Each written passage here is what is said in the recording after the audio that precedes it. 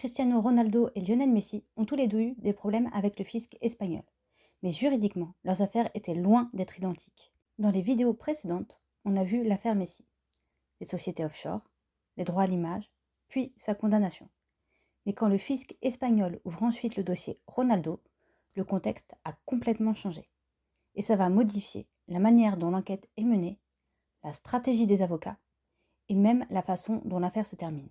Quand Messi est poursuivi, le fisc espagnol est encore en train de construire sa stratégie contre les stars du football.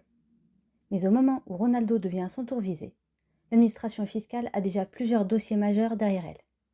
Entre-temps, il y a eu Messi, Mascherano, Mourinho, Di Maria et d'autres enquêtes autour des droits à l'image.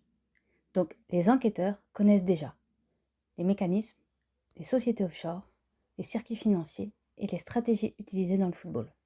Et ça change énormément de choses, parce que le fisc devient beaucoup plus agressif, beaucoup plus préparé et beaucoup plus expérimenté.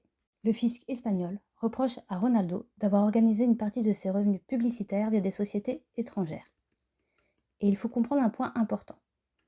Dans le football moderne, les plus gros revenus ne viennent pas toujours du salaire. Ils viennent aussi des sponsors, des contrats publicitaires, des marques, des droits à l'image. Et dans le cas de Ronaldo, ses revenus sont gigantesques. Selon l'accusation, une partie de ses revenus transitait par des structures situées hors d'Espagne. Et pour le fisc espagnol, le raisonnement est simple. Ronaldo vit fiscalement en Espagne, il joue en Espagne, sa notoriété explose depuis l'Espagne. Donc une partie importante de ses revenus aurait dû être imposée là-bas. L'affaire Ronaldo marque aussi un moment important dans le football moderne. Parce qu'à partir de là, les stars comprennent que les droits à l'image sont devenus une cible prioritaire du fisc. Avant, beaucoup de structures étaient utilisées presque normalement dans le sport de haut niveau. Mais après plusieurs enquêtes médiatisées, les administrations fiscales commencent à considérer ces systèmes comme des outils potentiels d'évasion fiscale. Et ça change tout. Pour les joueurs, pour les agents, pour les fiscalistes et même pour les clubs. Parce que désormais, chaque structure internationale peut attirer l'attention des autorités.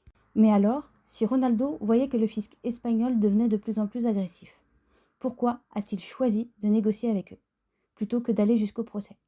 C'est ce qu'on va voir dans la prochaine vidéo.